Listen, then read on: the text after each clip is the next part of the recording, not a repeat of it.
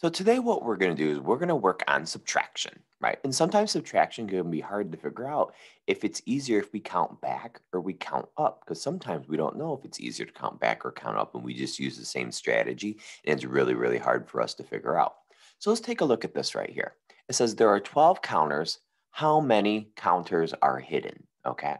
So there's 12 altogether, and let's see, there's 8 right here. And so, if there's 8 here and there's 12 altogether, we have to figure out how many are under this hand right here. All right. So this would be a strategy. If you think about it, 8 and 12, they're pretty close to each other. If you look at a number line will show you that 8 and 12 are really close. So this would be a time where you would count up from 8. Okay. And let's take a look. If we count up from 8 and we have 8 and we go 9, 10, 11, 12, there would be 4. And let's take a look. If we go 8 and then count up 9, 10, 11, 12. So that is a situation in which we used counting up to figure out a subtraction problem. Now let's take a look. I know you're going to know the answer to this one, but say it's 12, right? And we want to know how many are hidden, and it's 12, and we have the 4 right here. It's easier for us to say, okay, if there's 12 and we're going to take away 4, we can just go 12, 11, 10, 9, 8. And if we take a look, 8 is our answer. So when the numbers are far apart, when you're working through 20 and the numbers seem really far apart, you should probably count back. And when the numbers are closer, like if it's 12 and 9 or 12 and 8, you can count up. All right. Well, let's go ahead and let's try a different one. Okay.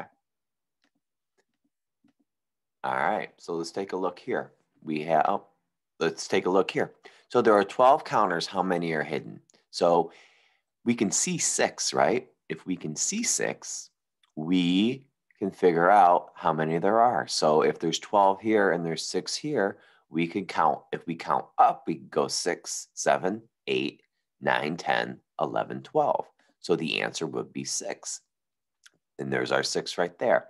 Now, if we switch it and move it over here, and let's say we wanted to count up instead, we could go ahead and say, well, there's 12 altogether, and there's 6 right there. We could count back from 12 and go 12, 11, 10, 9, 8, 7, 6. So it doesn't matter because it's 6. If you count up or count back, it's going to be equally as difficult. But I always think it's easier to count up than count back. But it depends where the numbers fall. All right, let's do one with 10 now. All right. Okay, so there's 10 counters. How many are hidden? So there's 10, and we have 4 right here. So we could say, all right, we could count up from 4 up to 10, but I think that's a lot of counting. So we're going to go ahead and count back from 10. So we're going to go 10, 9, 8, 7, 6. Let's see if we're right. And the answer is 6. We are absolutely right. All right, let's flip it over here now.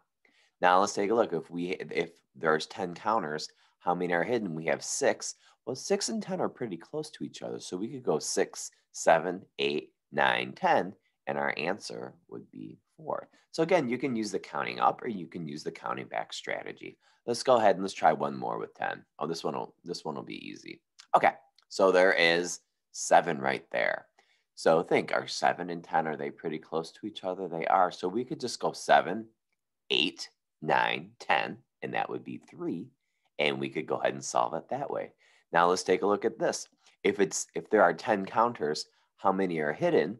We could go ahead and say, well, 3, we have 3 there and we have 10 there, and 3 is far away from 10. So we could go 10, 9, 8, 7. If we take a look, our answer is 7 there.